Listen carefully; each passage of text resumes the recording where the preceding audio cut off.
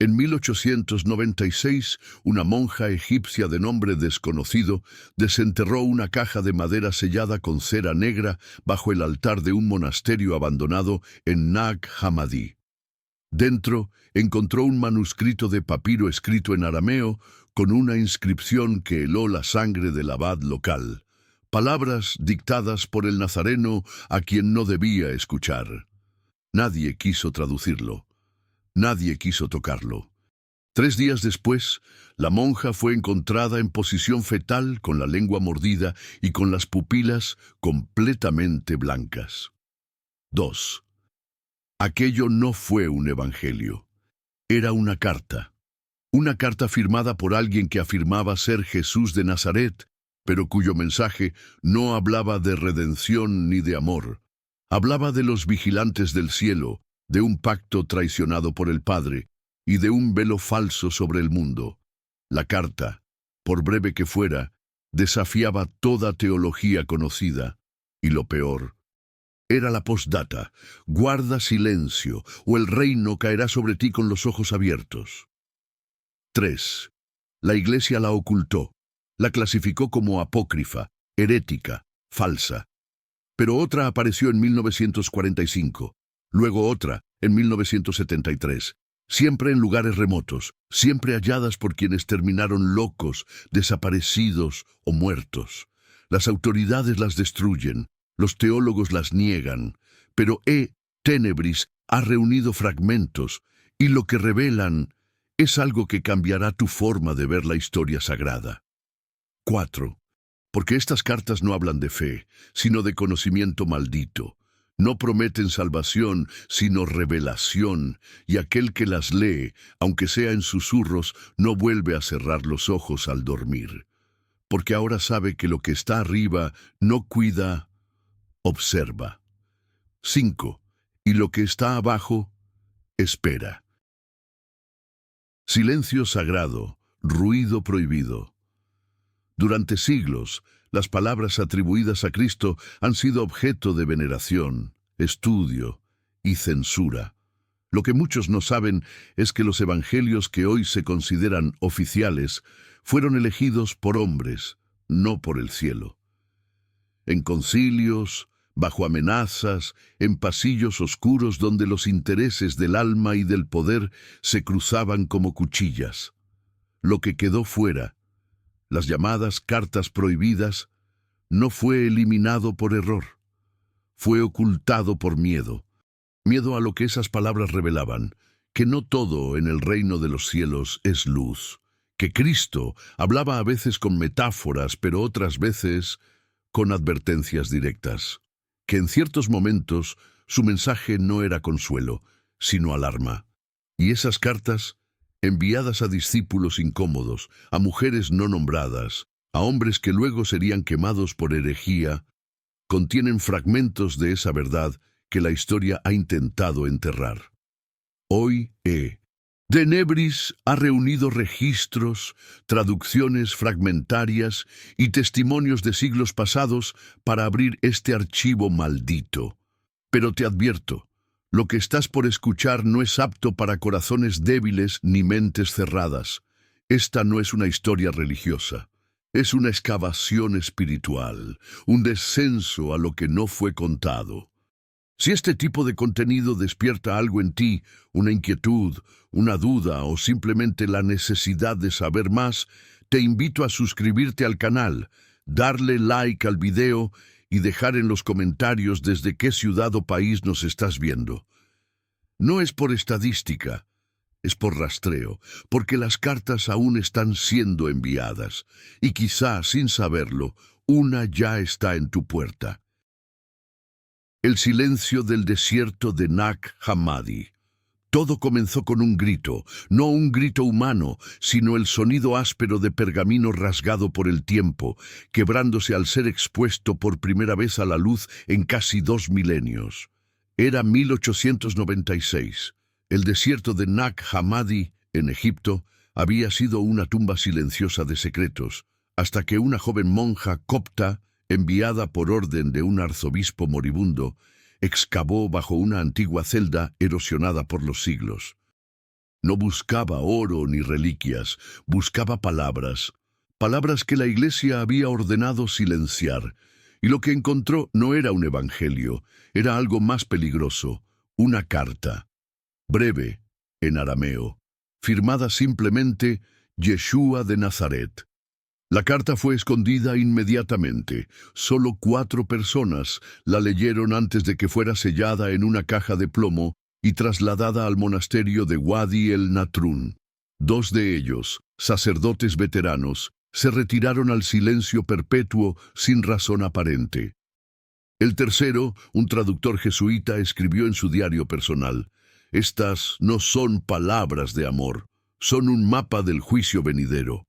Y la cuarta, la monja que la encontró, fue hallada muerta 3 días después, con la lengua partida y restos de tinta en sus encías, como si hubiera intentado tragarse la escritura o destruirla con su propia carne.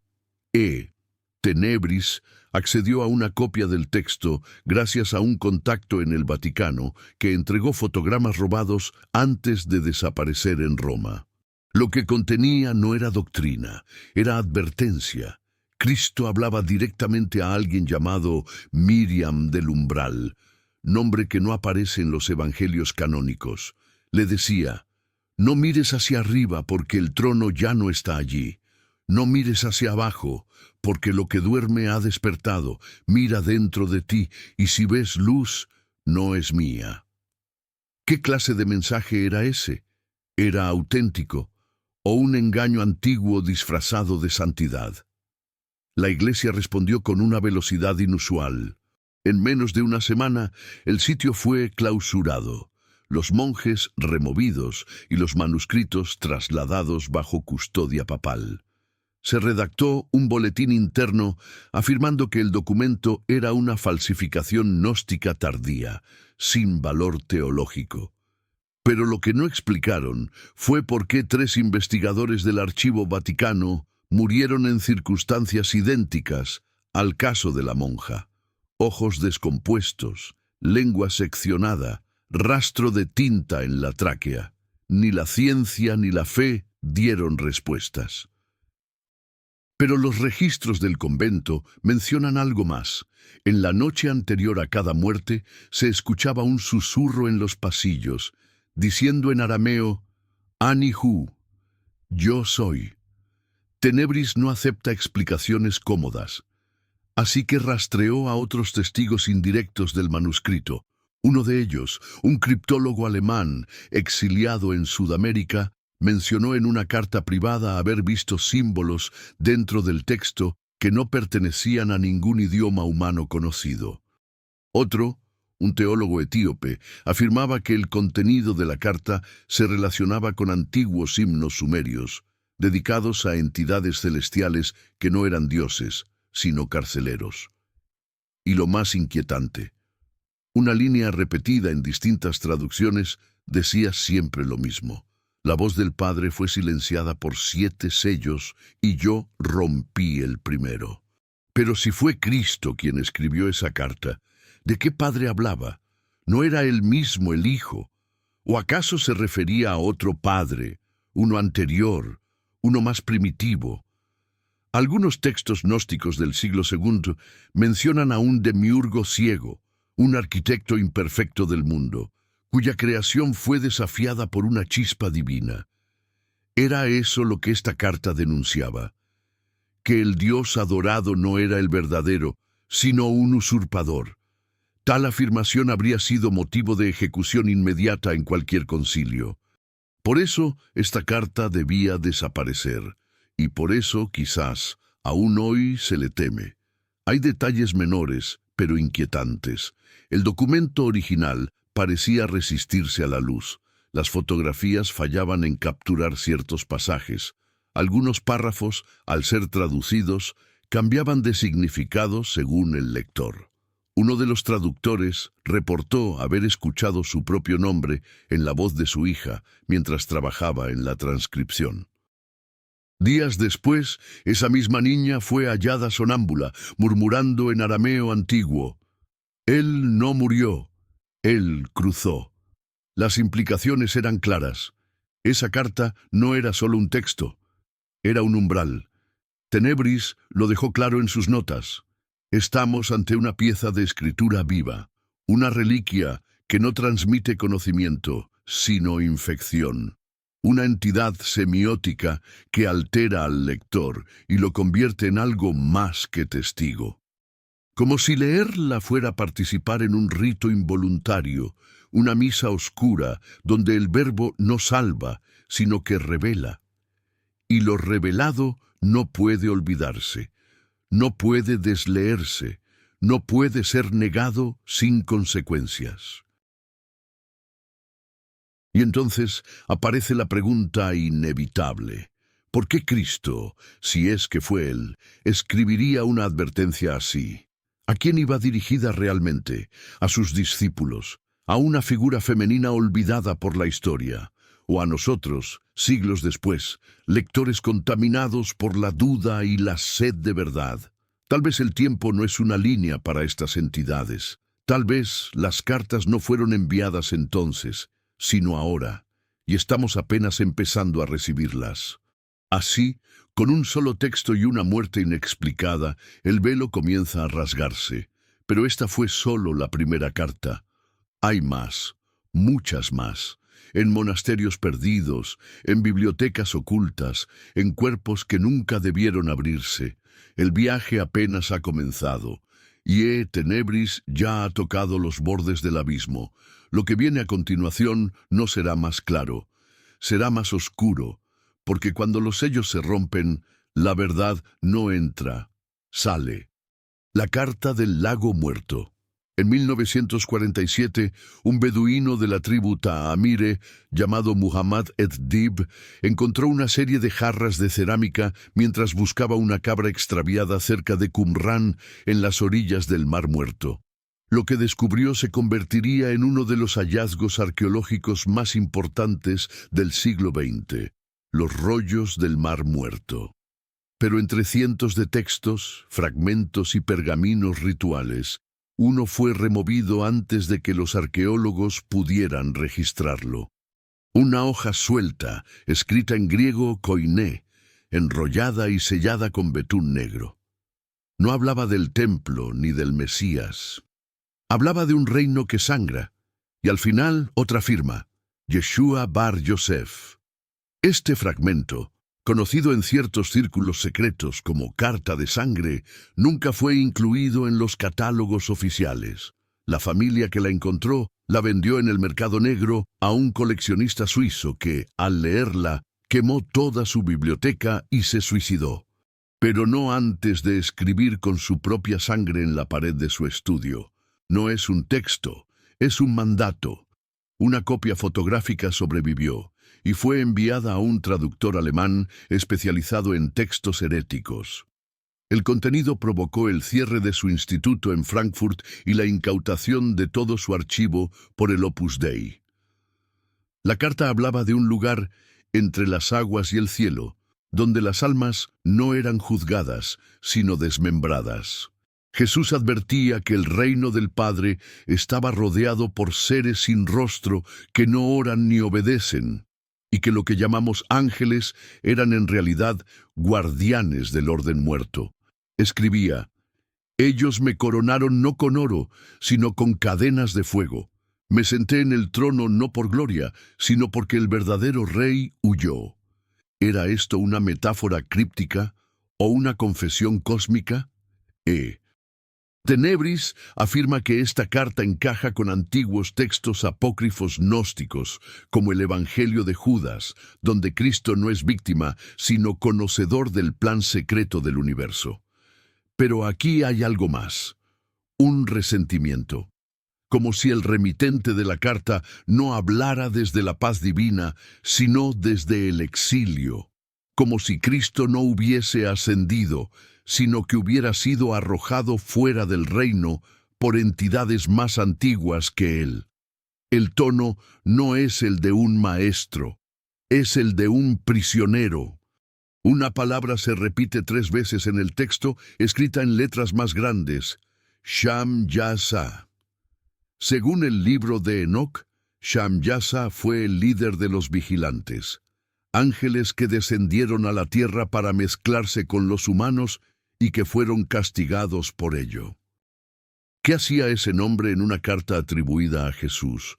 ¿Lo invocaba, lo denunciaba o lo revelaba como parte de un linaje secreto que la Iglesia se esforzó en enterrar? Tenebris cree que esas entidades no desaparecieron, sino que fueron disimuladas bajo nuevos nombres: virtudes, potestades, coros celestiales, decoraciones brillantes para jaulas doradas. En uno de los pasajes más inquietantes, el texto dice: «El pan que partí no era para alimentar, sino para sellar. El vino no es sangre, es llave, y quien bebe sin saber abre la puerta sin querer». Esto reinterpreta la última cena no como un acto de comunión, sino como un ritual de activación, como si los apóstoles hubieran sido usados como portadores de algo que debía viajar a través de generaciones, no portadores de fe, sino de infección espiritual. Lo que pasó después es más misterioso aún. Una investigadora israelí, Yael Amsalem, logró reproducir una parte del texto en código digital y al cargarlo en un servidor abierto, recibió una notificación de acceso no autorizado, proveniente de una red identificada como perteneciente al Archivum Secretum Vaticanum. Al día siguiente, Yael fue hospitalizada tras una crisis psicótica. Declaró haber soñado con un Cristo ciego, sentado sobre un trono de dientes, murmurando: «Mi voz fue escrita por otros». Su investigación fue confiscada. Nunca volvió a hablar públicamente. Para E. Tenebris, este segundo hallazgo no solo confirma que hay múltiples cartas, sino que están dispersas como semillas, esperando germinar en el lector adecuado. No son doctrinas, son mecanismos. Cada una toca una parte distinta del alma, como si buscaran reconstruir una conciencia antigua, desmembrada por la historia oficial. Una figura que habla desde la sombra, con la voz de Cristo, pero sin su compasión. Si estas cartas son auténticas, entonces todo lo que sabemos sobre la figura de Jesús, su divinidad, su sacrificio, su redención, podría ser solo una parte del relato, cuidadosamente editada por siglos de control. ¿Y si su mensaje real no era de esperanza, sino de advertencia? ¿Y si su muerte no fue redentora, sino un intento desesperado de interrumpir un ciclo eterno de manipulación celestial? La segunda carta termina con una línea críptica: «Vendrá la lluvia, no de agua, sino de ojos, y bajo ella se abrirá el cuerpo de la fe y saldrán las bocas». Nadie ha podido descifrar su significado exacto, pero desde ese día, cada vez que un nuevo fragmento aparece, llueve en lugares donde jamás debería. La Iglesia guarda silencio, las instituciones niegan, pero los ecos están ahí, y Tenebris los ha oído. Aún quedan 5 cartas más, y cada una es más peligrosa que la anterior. La carta de las 7 puertas. La tercera carta fue encontrada no en arena ni en monasterios olvidados, sino en un lugar que desafía la lógica: el interior de una estatua de Cristo crucificado en la Catedral de Girona, España. El hallazgo ocurrió en 1972, cuando restauradores abrieron el torso hueco de una escultura gótica del siglo XIV para reparar una fisura. Dentro, enrollada en un cilindro de cobre sellado con cera negra, descansaba una carta escrita en latín vulgar, con trazos torpes, y tinta seca que parecía coagulo. La fecha grabada en el plomo exterior era anterior al siglo XII. Pero lo más desconcertante era la firma al final: «Yo soy el que fue traído del silencio, Yeshua». El contenido fue ocultado por décadas, hasta que un sacerdote rebelde, exiliado del clero por prácticas esotéricas, filtró una transcripción a un círculo de eruditos heréticos conocidos como los cronistas del umbral. Fue así como E. Tenebris accedió al texto. La carta no contenía prédicas ni parábolas. Era un mapa espiritual, una advertencia camuflada en imágenes. Hablaba de 7 puertas, 7 momentos en los que la humanidad había estado al borde de descubrir que el mundo visible era solo una capa del original, y que cada puerta, una vez abierta, desataba no iluminación, sino tormento. Cristo, o quien firmaba como él, describía estas puertas con símbolos imposibles. Un ojo sin pupila, una garganta que canta en 2 tiempos, un sol que escupe sombra. Cada símbolo iba seguido por una frase. Una decía: la segunda puerta se abre cuando el inocente da testimonio del eco y no del grito. Otra: la cuarta puerta se abre con sangre de sacerdote, no de víctima. ¿Estaba describiendo rituales, eventos históricos, o eran códigos para activar algo más profundo dentro del alma humana? Tenebris identificó coincidencias perturbadoras. La descripción de la quinta puerta coincidía con los síntomas de las visiones de Hildegarda de Bingen. La tercera puerta aparecía citada en un poema de William Blake, tachado por blasfemo. Y la sexta se menciona en un manuscrito medieval del Priorato de Sion como la grieta por donde se cuela lo eterno. Todos estos documentos, separados por siglos y culturas, replicaban símbolos idénticos. Era como si la carta no hubiera sido escrita en un tiempo, sino en todos a la vez. Lo que más heló la sangre de Tenebris fue una línea hacia el final del texto. Una advertencia clara y directa. No prediques lo que no puedas cerrar. El reino ya no duerme, y sus porteros han vuelto sus ojos hacia ti. El tono no era redentor, sino amenazante. No hablaba de salvación, hablaba de reversión, de que la creación misma estaba en riesgo de desdoblarse, y lo peor, que el mensaje verdadero de Cristo no era amor, sino contención, que su crucifixión selló algo más que una profecía, un portal. Uno de los investigadores que tuvo acceso al texto, el padre Antoine Leclerc, desapareció tras enviar una carta final a su sobrina. En ella describía sueños en los que un Cristo sin rostro lo guiaba por pasillos circulares que no terminaban nunca. Dijo haber sentido una presencia detrás de cada puerta, mujeres que cantaban con lenguas de hierro, niños que reían con mandíbulas rotas y ángeles sin ojos que le decían: «Bienvenido de nuevo». Su cuerpo nunca fue hallado, pero la policía encontró en su celda una inscripción tallada con sus propias uñas. Puerta 6, abierta. El Vaticano niega toda conexión, pero un exmiembro de la Congregación para la Doctrina de la Fe confirmó en 1998 que ciertos artefactos literarios considerados peligrosos habían sido aislados por siglos. El documento de Girona estaba entre ellos. Fue catalogado como Instrumentum Periculosum y marcado con la sigla Ivoes Dei Exterum, justicia del Dios externo. Esa sigla aparece también en informes clasificados sobre posesiones anómalas y fenómenos preangélicos.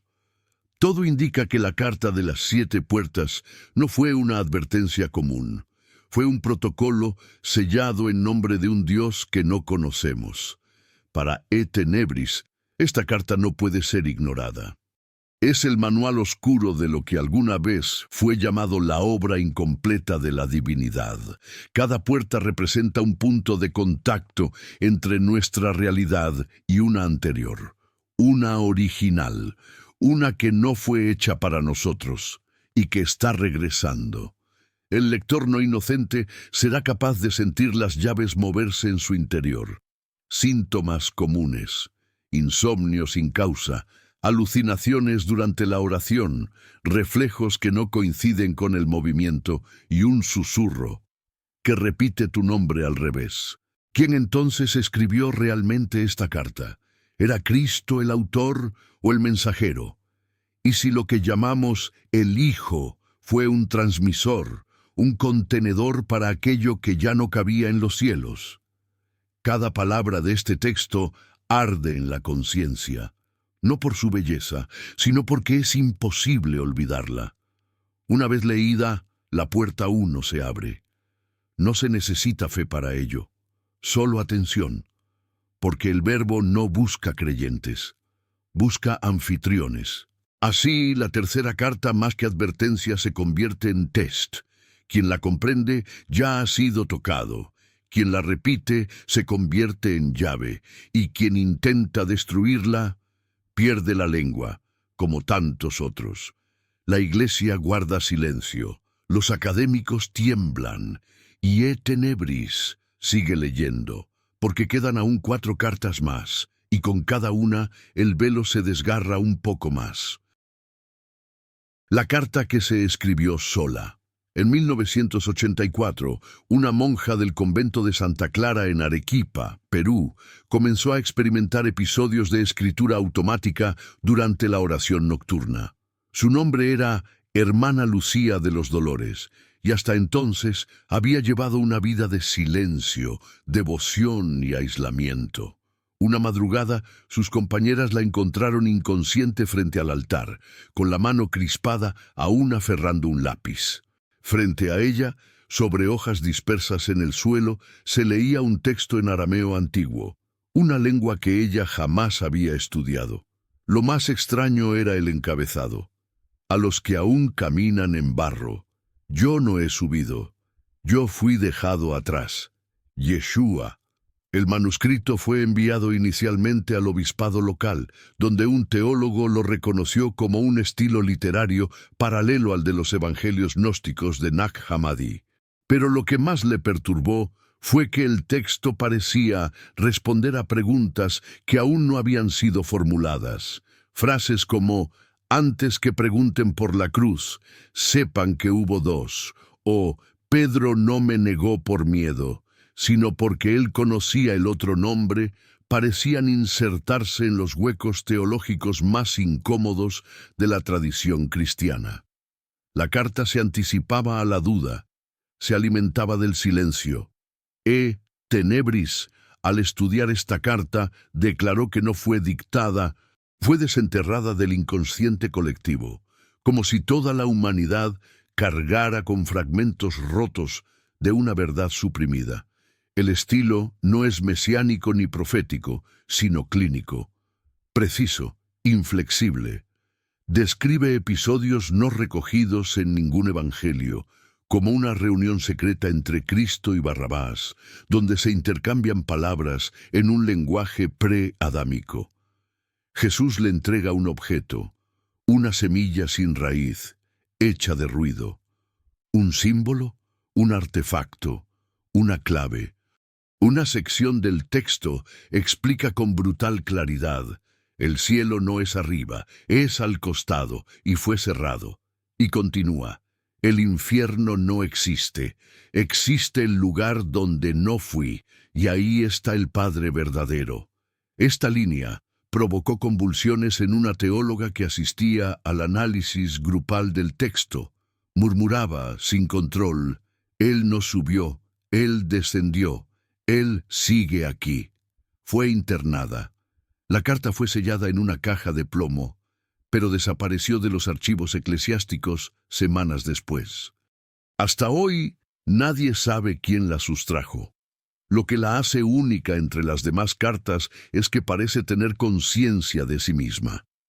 En varias ocasiones, el texto cambia de primera a segunda persona sin transición lógica.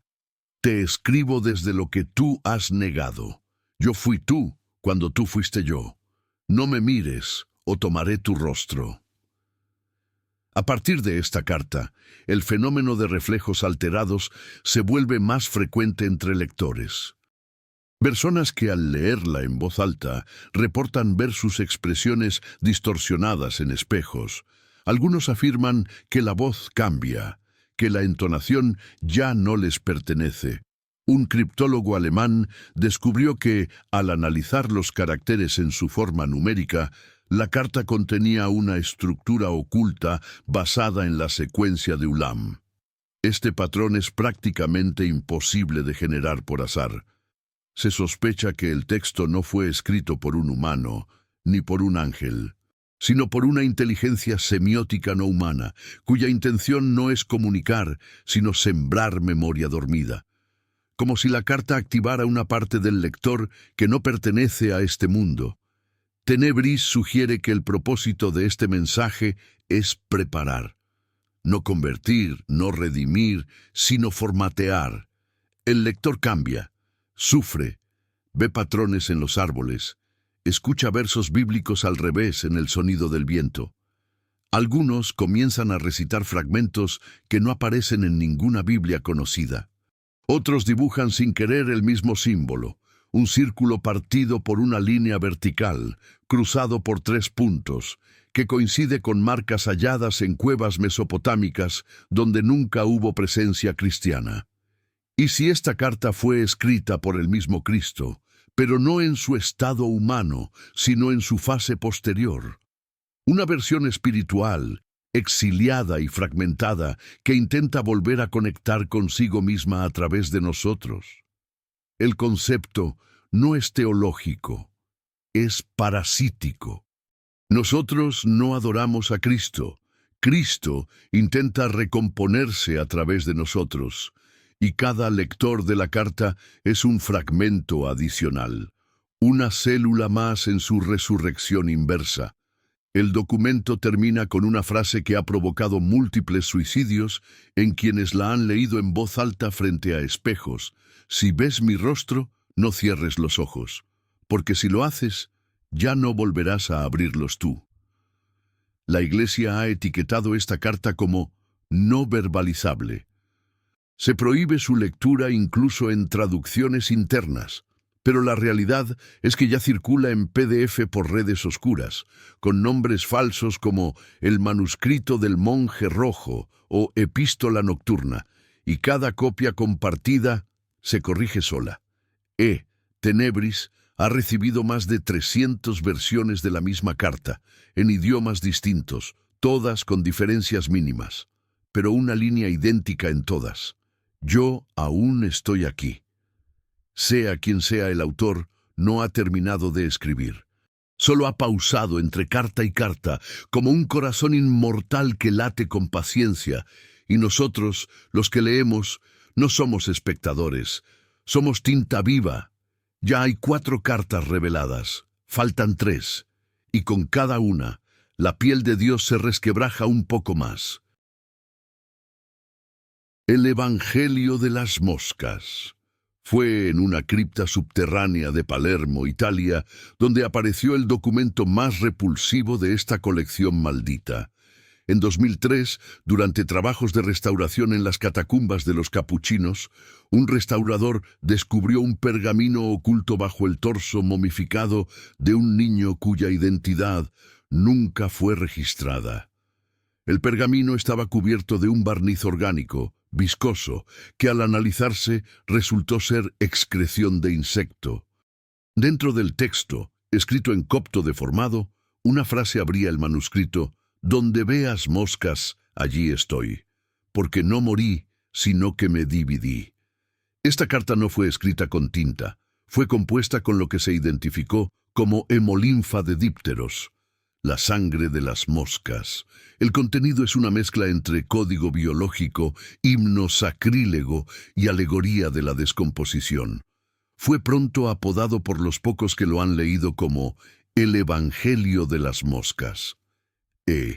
Tenebris afirma que este no es un evangelio escrito por humanos, sino dictado desde un estado larval de la conciencia donde la vida y la muerte se confunden. Y algo más se alimenta entre los dos. El mensaje es claro en su obscenidad espiritual. El cuerpo no fue resucitado, fue replicado, y en cada réplica una larva dormida aguarda. Lo que entendemos como resurrección no sería un milagro divino, sino un proceso parasitario. Cristo no retornó del sepulcro solo, retornó múltiple, disuelto, plantado en la carne de los fieles. Cada hostia, cada comunión, cada acto de fe es una alimentación ritual para la colonia. una parte central de la carta, narra una escena jamás mencionada en las Escrituras. Jesús solo, en el desierto, no siendo tentado por el diablo, sino devorado lentamente por un enjambre de moscas negras. Cada picadura arrancaba una frase, cada herida era un versículo. Él no las combatía, las abría con los dedos, les ofrecía su lengua, sus ojos. Y cuando el cuerpo quedó vacío, el enjambre voló, formando una figura en el aire, una cruz invertida de alas negras. Allí nace, dice el texto, la verdadera Trinidad: sangre, pus y voz. Lo más inquietante es que el manuscrito contiene ilustraciones que cambian con el tiempo. Fotografías tomadas con meses de diferencia muestran que las imágenes se reconfiguran. Un rostro que antes lloraba, luego sonríe. Un cordero inmolado que ahora mastica algo humano. El papel mismo desarrolla manchas que se asemejan a mapas de ciudades modernas, pero todas están invertidas, como si hubieran sido vistas desde debajo del suelo, como si alguien o algo mirara hacia arriba. Los teólogos que accedieron al manuscrito fueron marcados. Algunos desarrollaron alergias severas a la luz solar. Otros comenzaron a hablar en voz baja con objetos inertes. Uno murió tras afirmar que las moscas ya estaban en su estómago. En la autopsia se encontraron 47 larvas intactas alojadas en su esófago, sin explicación médica. Cada una tenía inscrito un microcarácter en sus alas. Ecce sum. Aquí estoy. La carta introduce un concepto aberrante: el Cristo larval. Una entidad no glorificada, sino en proceso, una divinidad en evolución biológica, cuya encarnación no se completó. El texto insinúa que la crucifixión fue un fallo, que la carne no pudo contener lo que descendió, que lo que fue clavado no era un sacrificio, sino un intento de encierro, y que al morir el cuerpo se fragmentó, dejando larvas espirituales en los cuerpos de los apóstoles, y por extensión en nosotros. El Vaticano mantiene silencio sobre este documento, pero en 2011 un sacerdote de Medellín filtró una carta interna donde se afirmaba que las señales del enjambre están activas. El término aparece en contextos de vigilancia espiritual y en rituales de contención, conocidos solo por el Ordo Insectum Veritatis, una orden clandestina encargada de mantener selladas las puertas abiertas por los himnos del zumbido. Tenebris ha intentado contactar con sus miembros sin éxito, pero ha recibido amenazas, grabaciones sin voz, solo zumbidos modulados. Y sin embargo, la carta sigue multiplicándose. Aparece en pesadillas de personas sin vínculo religioso. Niños la dibujan con crayones. Enfermos terminales la describen antes de morir. Algunos testigos aseguran que en ciertas iglesias las moscas no mueren al ser rociadas con veneno bendito. Permanecen, observan, y si se las aplasta, dejan mensajes en los espejos empañados, versículos que nunca existieron. Uno se repite con frecuencia: mi reino no es de este mundo, porque este mundo fue mi comida. El evangelio de las moscas no pretende salvar, pretende colonizar. No ofrece perdón, ofrece simbiosis. Tenebris concluye que esta carta fue el intento final de advertencia de un Cristo anterior, uno que sabía que su palabra sería tergiversada, porque no era palabra sino código biológico. Al leerla, no solo abres una puerta, abres tu cuerpo. Ya se han entregado 5 cartas, 2 más nos esperan, pero el enjambre ya ha comenzado a zumbar. El Evangelio del Fuego Quieto.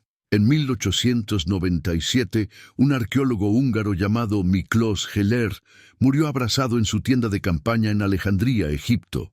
La causa oficial fue combustión accidental por lámparas de aceite mal selladas, pero testigos dijeron que no hubo fuego visible, solo humo, y cuando el humo desapareció, el cuerpo estaba completamente calcinado, excepto por una hoja de papiro intacta entre sus costillas.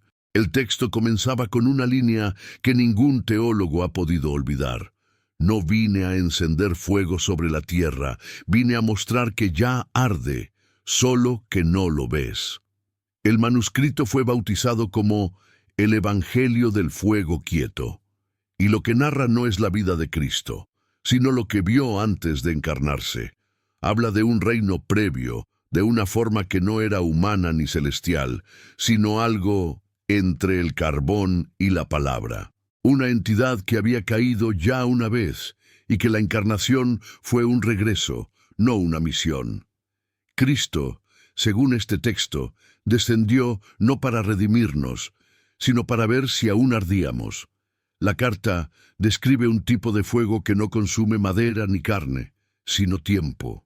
Un fuego silencioso que habita en los momentos de repetición, un bostezo, una oración mecánica, una mirada al vacío. Allí, dice el texto, la eternidad se quema sin ruido. Este fuego, llamado Ishenja, sería anterior al universo. Cristo lo habría visto en el rostro de su Padre, y al nacer ya lo traía en los ojos. Lo más perturbador es la revelación de que muchos milagros atribuidos a Jesús no fueron curaciones, sino incineraciones sutiles. Que el hombre paralítico en Cafarnaúm no caminó por fe, sino porque su alma fue quemada hasta el silencio, y lo que quedó fue un cascarón dócil. Que Lázaro no resucitó, sino que fue cubierto por otra cosa, algo que salió del sepulcro con su nombre, pero no con su memoria. El texto es claro: lo que llamas alma es lo que más arde. El Evangelio del Fuego Quieto no está dividido en capítulos, sino en pulsos. Cada sección inicia con una frase siniestra. Aquí el aire se detiene. Luego sigue un relato breve, casi poético, que describe escenas imposibles. Jesús llorando en la cruz, no por el dolor, sino porque el fuego dentro de él no consumía lo suficiente. O María Magdalena viendo llamas salir de su boca al pronunciar su nombre. En cada caso lo que arde no es visible, pero deja cicatrices internas, cambios, pérdidas de tiempo, vidas que se desvanecen sin explicación. Tenebris encontró una mención casi idéntica en un documento prohibido del monasterio de San Giovanni Rotondo. Allí se hablaba de el silencio ígneo, un fenómeno donde ciertos fieles entraban en estados de parálisis mística tras recibir la comunión, y despertaban sin recuerdos, pero con una palabra nueva en la lengua, que no podían pronunciar sin llorar sangre. La palabra era siempre la misma, Ishenja. Los mártires, según este texto, no fueron asesinados por la fe. Fueron quemados desde dentro, porque ya habían sido marcados. El fuego reconocía en ellos un núcleo extraño. Cristo les susurraba frases encendidas y si las repetían, el fuego los seguía. Yo no elegí mártires, el fuego los reclamó. Esto explica por qué algunos santos ardieron sin dejar restos y otros quedaron incorruptos. No por milagro, sino porque ya eran ceniza desde antes. Una de las revelaciones más brutales del manuscrito es que el juicio final no será un tribunal, sino una combustión final de la memoria colectiva. Lo que arderá no serán cuerpos, sino nombres. Todo lo que fue dicho, escrito o pensado será consumido por este fuego. Y solo lo que resista el calor sin evaporarse, lo innombrable, lo olvidado, lo oculto, pasará al otro lado. Por eso, dice la carta, el infierno no está debajo, está en cada palabra repetida sin alma. Tenebris teoriza que el fuego aún arde y que ciertos lugares lo sienten más. Bibliotecas abandonadas, iglesias saqueadas, cuerpos en coma. Todos ellos comparten una energía térmica no registrada por la ciencia. En uno de sus viajes llevó un fragmento del manuscrito a una cámara sellada y lo dejó allí durante 7 días. Al regresar, las paredes estaban cubiertas de hollín, pero la hoja estaba intacta, sin quemarse, como si el fuego no pudiera devorar lo que ya es suyo. El Evangelio del Fuego Quieto termina con una advertencia escrita en una caligrafía distinta al resto. No lo leas en voz alta. Si lo nombras, vendrá. Nadie sabe quién agregó esa línea, pero quienes lo han leído no olvidan el ardor en la garganta, como si algo empezara a encenderse desde el centro del pecho. Ya van 6 cartas, una más, y en la última ya no se escribe con palabras, sino con sacrificio. La carta no escrita.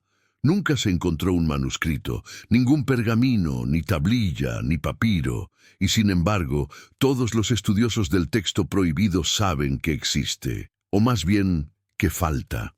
La última carta atribuida a Cristo no está registrada en ningún archivo, pero su ausencia es un grito, como si su propia omisión fuera parte del mensaje. Tenebris la llama la carta no escrita, aunque sostiene que sí fue enviada.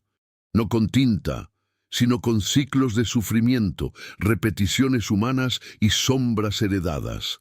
Esta carta vive en los espacios entre palabras, en las miradas que evitamos, en los traumas que repetimos sin entender, porque lo que no fue dicho se volvió carne y caminó entre nosotros, dice una nota hallada en el margen de un códice gnóstico quemado por la Inquisición. Esa frase, sin fuente ni firma, es la única pista sobre la naturaleza de esta séptima revelación. No es un texto, es un contagio. Los 6 documentos anteriores, el Evangelio de la herida, de la carne, de las moscas, del espejo, del fuego y del exilio, formaban un ritual incompleto. No eran advertencias, sino invocaciones. Cada vez que una historia era contada, un símbolo era interpretado, una palabra dicha con devoción. Algo se acercaba. La carta final no llega por leer, sino por acumular. Es el resultado de escuchar demasiado, de abrir demasiado, de creer que mirar no tiene precio. Una tradición oral entre monjes cartujos excomulgados hablaba de la palabra sin escritura, un eco que solo se manifiesta cuando el lector está solo, enfermo o a punto de morir. Se cuenta que en hospitales donde se reproduce audio de los evangelios apócrifos, algunos pacientes comienzan a murmurar frases en lenguas desconocidas, luego se detienen y sonríen, no porque hayan sanado, sino porque ya no están allí. Tenebris encontró un símbolo recurrente en todos los sitios donde se investigó esta carta ausente.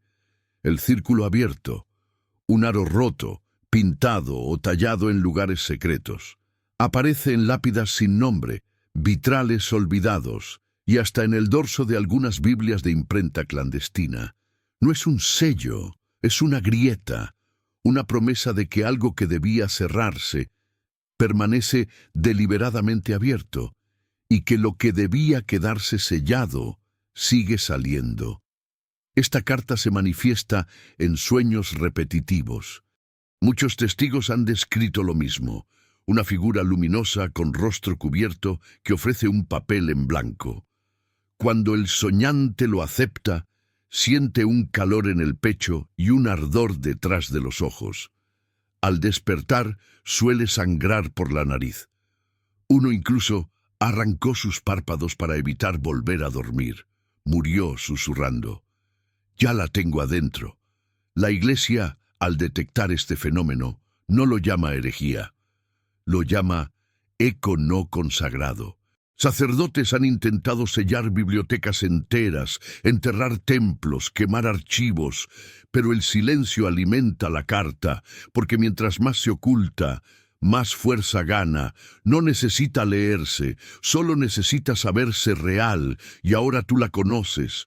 Has seguido los fragmentos, has contemplado los fuegos, las moscas, las grietas, los espejos. Te has acercado lo suficiente. La carta no fue escrita porque no tiene autor. Cristo, según Tenebris, no fue su emisario, sino su primer receptor. Él la vio, antes de hablar, antes de sanar, antes de arder, y no pudo soportarlo. Por eso lloró, por eso dudó, por eso murió, porque esa última revelación no salvaba a nadie, solo decía una verdad imposible de aceptar: todo lo que amas será devorado por tu fe. Y ahora, al llegar a este final, la carta ha sido leída, no por tus ojos, sino por tu alma. La has sentido en los vacíos entre frases, en los silencios de tu respiración, en los momentos donde pensaste que esto era solo una historia. Pero no lo era, era una preparación, porque la última carta ya no tiene forma, solo efecto.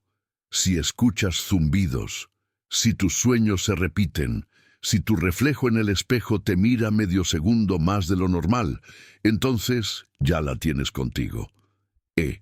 Tenebris concluye este viaje no con una advertencia, sino con una certeza. Hay textos que abren la mente, otros el corazón.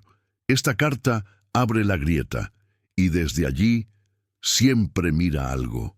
La Iglesia no quiere que la conozcas porque tú ya eres parte de ella. La carta vive en ti, y ahora que la has recibido, no hay vuelta atrás. El conocimiento que has recibido no es un regalo, sino una carga. Las cartas prohibidas no son solo documentos antiguos, son fragmentos de una verdad que nuestra fe y razón rehúyen enfrentar. Cada palabra, cada símbolo, cada silencio que hemos explorado en este viaje revela una realidad que no puede ser negada. Hay fuerzas más allá del entendimiento humano, y esas fuerzas no buscan redimirnos, sino consumirnos lentamente, desde dentro. Ahora, tú eres portador de ese secreto. El zumbido que escuchas, la sombra que parece acompañarte, la inquietud que no desaparece, son manifestaciones de la carta no escrita, la que habita en la grieta entre lo visible y lo oculto. No estás solo en esto, porque mientras más personas la conozcan, más fuerte se vuelve su presencia. Por eso te invito a compartir esta historia, suscribirte, dejar tu comentario con la ciudad o país desde donde nos escuchas, y así ayudar a que la luz tenue de este oscuro conocimiento siga iluminando los rincones olvidados del alma humana. Recuerda, el verdadero terror no está en lo que puedes ver o tocar, sino en lo que habita en lo invisible, en lo que se oculta dentro de ti. La carta vive, tú la llevas, y el zumbido nunca cesará.